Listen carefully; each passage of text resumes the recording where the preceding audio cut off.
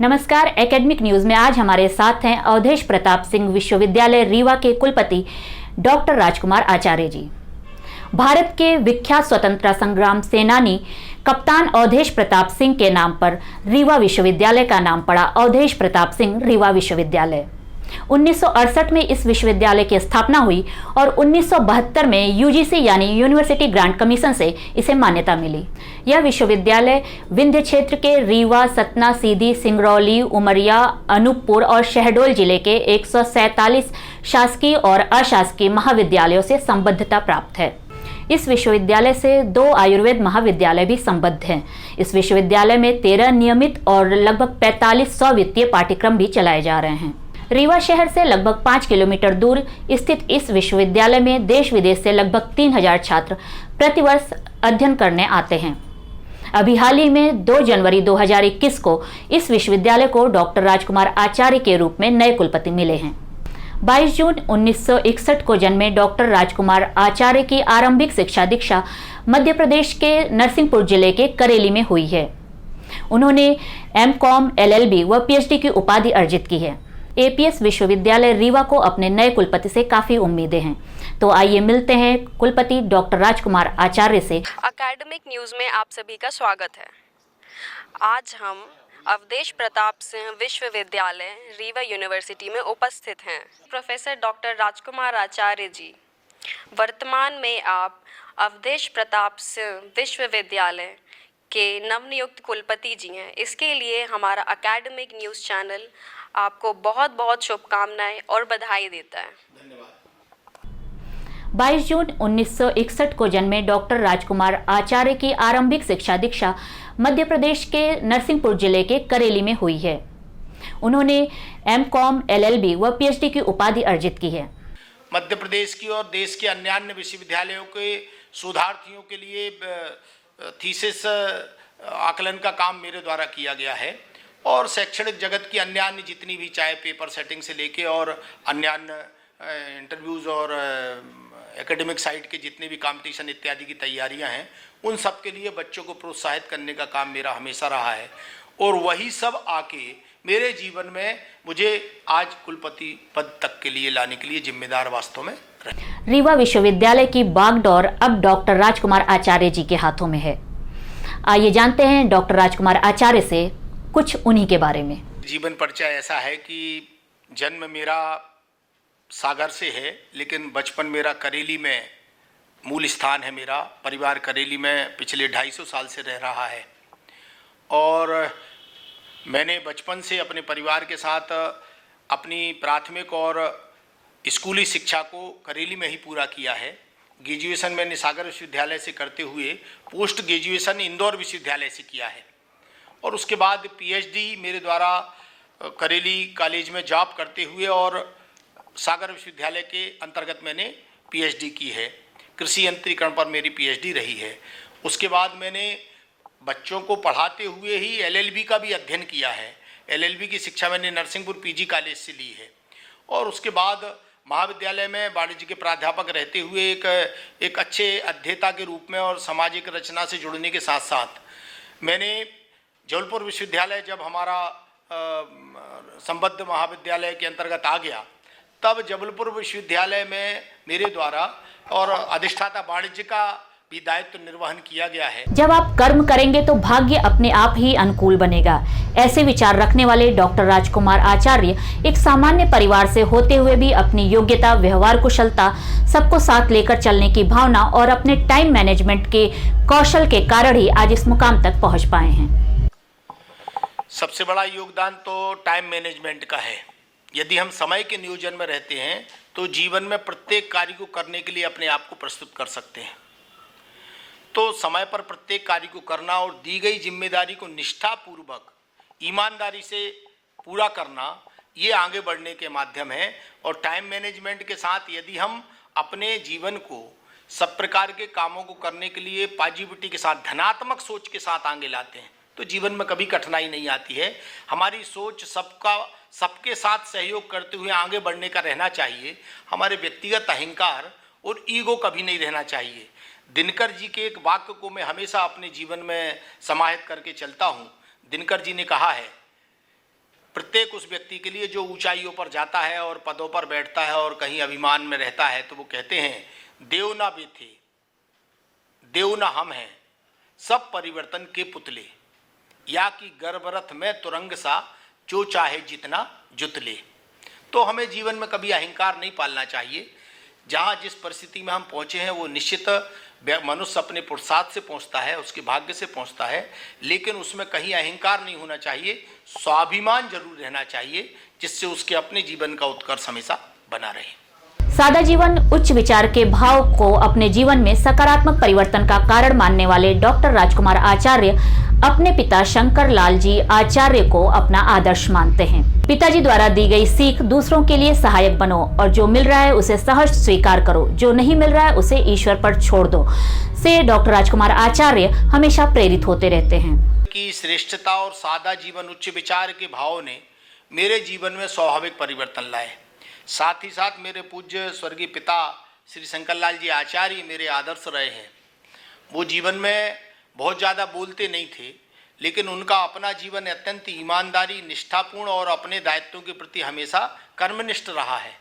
बचपन से ही उन्होंने हम लोगों को, जब हम समझदार भी नहीं थे तब भी हमको ये हमेशा समझाया कि बेटा दूसरे किसी व्यक्ति को कष्ट ना हो, अपने जीवन के कर्तव्य और कर्म को ऐसा बनाना कि सबके लिए तुम सहायक बन सको, और जो मिल रहा है उसको सहर्ष स्वीकारो, जो नहीं मिल रहा है उसकी खेद अपने मन में नहीं रखना है, वो ईश्वर पर छोड़ दो।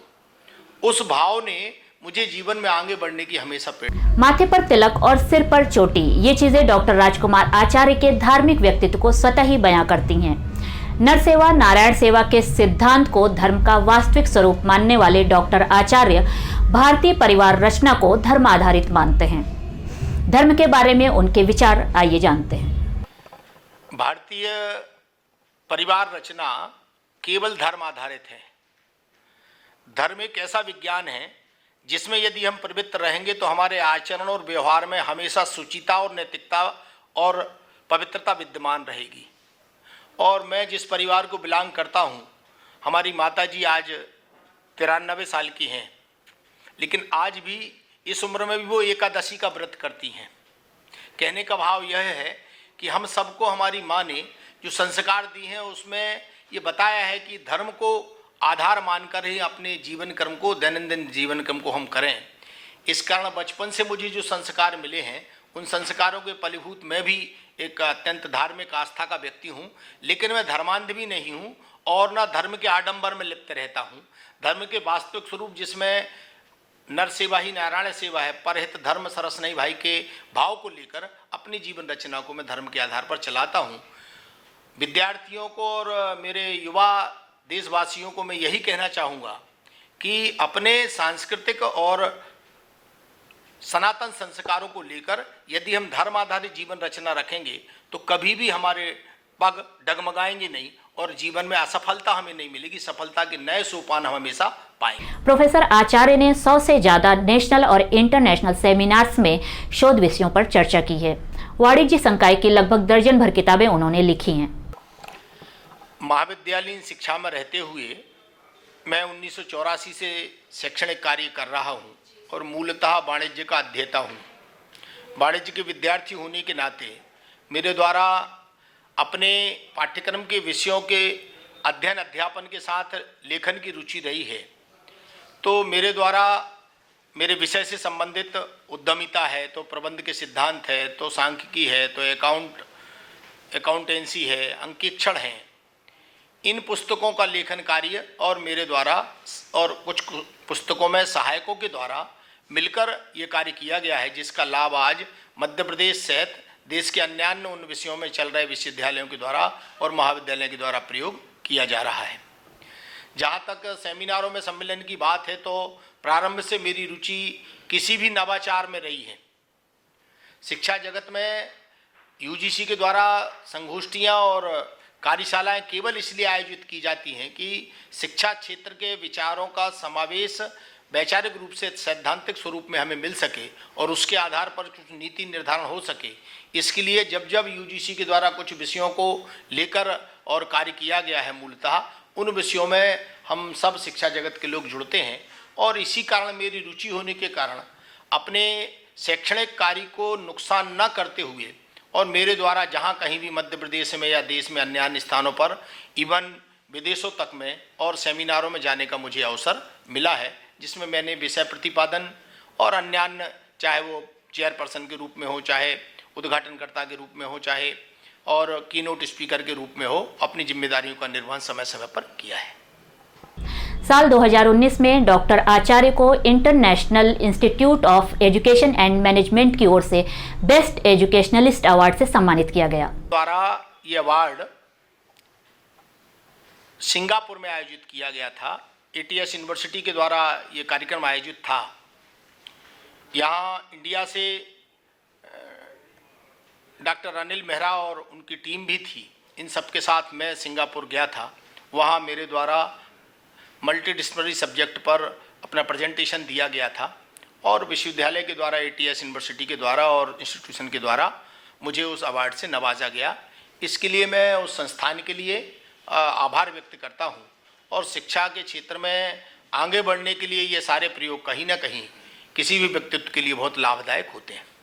एक विश्वविद्यालय के VC के रूप में डॉक्टर आचार्य की जिम्मेदारियां अब काफी बढ़ गई हैं, लेकिन रीवा विश्वविद्यालय के VC के रूप में डॉक्टर आचार्य के सामने क्या क्या चुनौतियां हैं, आइए जानते हैं। हमें रीवा विश्वविद्यालय मध्य प्रदेश के अन्य विश्वविद्यालयों की अपेक्षा थोड़ा सा यहाँ से डिफरेंट है, मैं ऐसा मानता हूँ। यहाँ की सामाजिक संरचना, यहाँ की सांस्कृतिक धारा कुछ अलग प्रकृति की है, तो उस सब को लेकर चलने का स्वभाव अभी शिक्षा क्षेत्र में मुझे लगता है यहाँ कुछ न्यूनताएं तो हैं, लेकिन उन न्यूनताओं को यहाँ के ही लोगों के द्वारा सहयोग लेकर और समाप्त करने के बारे में मैं संकल्पबद्ध हूँ और हम सब मिलकर यहाँ की कठिनाइयों से निजात पाएंगे। जैसा मैंने आपको बताया कि रूसा की 10 करोड़ की राशि विश्वविद्यालय के द्वारा व्यय की जानी है, साल भर हो गया उसको आए हुए, लेकिन अभी काम नहीं हो पाया है। ये कठिनाई अभी सामने है।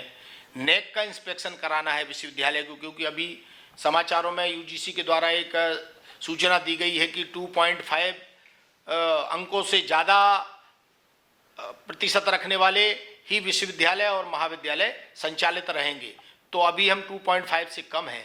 हमारी योजना रहेगी कि हम इसको आगे बढ़ाकर A+ तक और आने वाले नेक और इंस्पेक्शन में प्राप्त करें।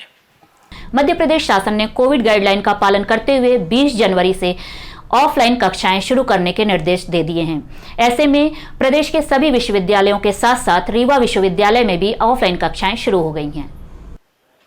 ऑफलाइन क्लास स्टार्ट करने के लिए दिशा निर्देश थे। विश्वविद्यालय के द्वारा कोविड-19 के लिए जितनी सावधानियां हैं, जिनमें कि सैनिटाइजर की व्यवस्था है, तो दूरी से बच्चों को बैठाने की रचना है और पर्याप्त मास्क लगाकर और कक्षाएं लेने के बारे में जो दिशा निर्देश हैं कोविड-19 के सामान्य, उन सब का परिपालन विश्वविद्यालय कर रहा है। और विश्वविद्यालय में सभी विभागों में सैनिटाइजर लग चुके हैं और टेम्परेचर के लिए मशीनें भी आकर उनकी विद्यार्थियों के टेम्परेचर को चेक किया जा रहा है और ऑफलाइन कक्षाएं आज निरंतर चालू हैं। लॉकडाउन के दौरान अन्य शिक्षण संस्थाओं की तरह ही रीवा विश्वविद्यालय में भी ऑनलाइन कक्षाएं शुरू की गई थी, जिससे यहाँ के छात्रों की पढ़ाई किसी भी तरह से बाधित न हो। ऑनलाइन कक्षाएं शुरू हुई थी तो जितने प्राध्यापक और अतिथि शिक्षक हमारे यहाँ हैं, उन्होंने बच्चों के व्हाट्सएप ग्रुप बनाकर और नेट के माध्यम से और कक्षाओं का सफल संचालन पाठ्यक्रम को पूरा करने के लिए किया है। राज्य शासन द्वारा समय समय पर सभी विश्वविद्यालयों में नए पाठ्यक्रमों की अपेक्षा की जाती है। इसी के तहत रीवा विश्वविद्यालय के लिए भी कई योजनाएं हैं। निश्चित योजनाएं बन रही हैं। मध्य प्रदेश शासन के द्वारा भी अपेक्षाएं की जा रही हैं कि विश्वविद्यालयों को नए कोर्सेज चालू किए जाएं, नए पाठ्यक्रम व्यवसाय प्रारंभ किए जाएं। अभी रिसेंट गत दिनों माननीय शिक्षा मंत्री जी और प्रमुख सचिव उच्च शिक्षा जी के द्वारा बैठक आहूत हुई थी। उसमें तो 2021 की जो नई शिक्षा नीति हमारी है उसको फॉलो हम महाविद्यालय में जरूर करना चाहते हैं। उसी के अंतर्गत विश्वविद्यालय के अंतर्गत एक मेडिकल महाविद्यालय और साथ ही एक कृषि महाविद्यालय भी खोले जाए, ऐसी शासन की मंशा है। उस पर भी हमारा विश्वविद्यालय आगामी समय में और कार्य करने के लिए विचार कर रहा है। अवधेश प्रताप सिंह विश्वविद्यालय रीवा जी हाँ, ये विश्वविद्यालय उसी शहर में है जो ब्रिटिश काल के दौरान एक बड़ी रियासत हुआ करता था और राज्य के प्रमुख शहरों में गिना जाता है। रीवा एक प्रसिद्ध ऐतिहासिक विरासत है जो अपने प्राचीन किले, भवनों के साथ साथ प्राकृतिक खजानों जैसे वन, नदी, झरने आदि के लिए प्रसिद्ध है। पर्यटन की दृष्टि से हर एक चीज जो एक सैलानी को चाहिए वो रीवा और रीवा के आसपास के क्षेत्रों में मौजूद है। इस क्षेत्र को एक पर्यटक स्थल के रूप में विकसित करने के लिए एक विश्वविद्यालय का क्या सहयोग हो सकता है, आइए जानते हैं। यहाँ शोध कार्य तो हुआ है, लेकिन स्थानीय जो पर्यटन की दृष्टि से और प्रागैतिहासिक दृष्टि से कार्य है, क्योंकि हमारे यहाँ का एक विभाग ही इसको पूरा देखता है, उसमें शोध कार्य तो चल रहे हैं और हुए हैं। लेकिन हम ये कह सकते हैं कि अभी रीवा क्षेत्र को पर्यटन के लिए विकास की संभावनाएं बहुत हैं। आने वाले समय में यदि अच्छा अवसर मिला और शिक्षा क्षेत्र का उसमें कोई योगदान करने की उपलब्धता के लिए अवसर मिला तो जरूर मैं उस क्षेत्र में काम करने के लिए अपने आप को प्रस्तुत करूंगा। डॉक्टर राजकुमार आचार्य ने बताया कि जनता द्वारा चुने हुए जनप्रतिनिधियों के विचारों और सुझावों को शिक्षा जगत में सुधार और विकास के उद्देश्य से हम सहर्ष ही स्वीकार करते हैं। नहीं, मुझे कोई ऐसा राजनीतिक हस्तक्षेप का सामना नहीं करना पड़ रहा है। बाकी जनप्रतिनिधि समाज के हर वर्ग के लिए अच्छी बात और समाज हितैषी बात रखने के लिए प्रवृत्त होती हैं, तो रीवा क्षेत्र के भी जनप्रतिनिधि अच्छी बातों के लिए विश्वविद्यालय को कभी कभी बातचीत करते हैं और सलाह देते हैं, और उनकी उचित सलाह को मानने के लिए हम भी सहर्ष तैयार होते हैं। अवधेश प्रताप सिंह रीवा विश्वविद्यालय के वर्तमान कुलपति डॉक्टर राजकुमार आचार्य विश्वविद्यालय गतिविधियों के साथ साथ अन्य सामाजिक गतिविधियों में भी काफी रुचि रखते हैं। धार्मिक स्थलों पर भ्रमण का मौका हो या रीवा क्षेत्र को पर्यटन स्थल के रूप में विकसित करने की बात हो, डॉक्टर आचार्य हर क्षेत्र में अपनी सहभागिता रखते हैं। विंध्य क्षेत्र बहुत प्राचीन क्षेत्र माना जाता है और प्राकृतिक दृष्टि से और सांस्कृतिक दृष्टि से और धार्मिक दृष्टि से इस क्षेत्र का बहुत महत्व है। उसी महत्व की श्रृंखला में गुड़ के नज़दीक ये खामडीह गांव जो है, जहां प्राकृतिक रूप से भैरव बाबा की प्रतिमा मिली हुई थी। पूर्व में यहाँ एक छोटा गुंबदनुमा मंदिर भी था। संभवतः अब शासन की योजना से उसे एक विशाल पर्यटन केंद्र के रूप में विकसित करने की मध्य प्रदेश शासन की योजना है, और उसी योजना के अंतर्गत यहाँ हम देख सकते हैं कि निर्माण के लिए बड़े हैवी कॉलम और स्टार्ट हुए हैं, और इस स्थान को निर्मित करके एक बड़ा मंदिर जैसा आकार बनाया जाएगा, जिससे कि आने वाले समय में यहाँ पर्यटन की संभावनाएं देखी जा सके।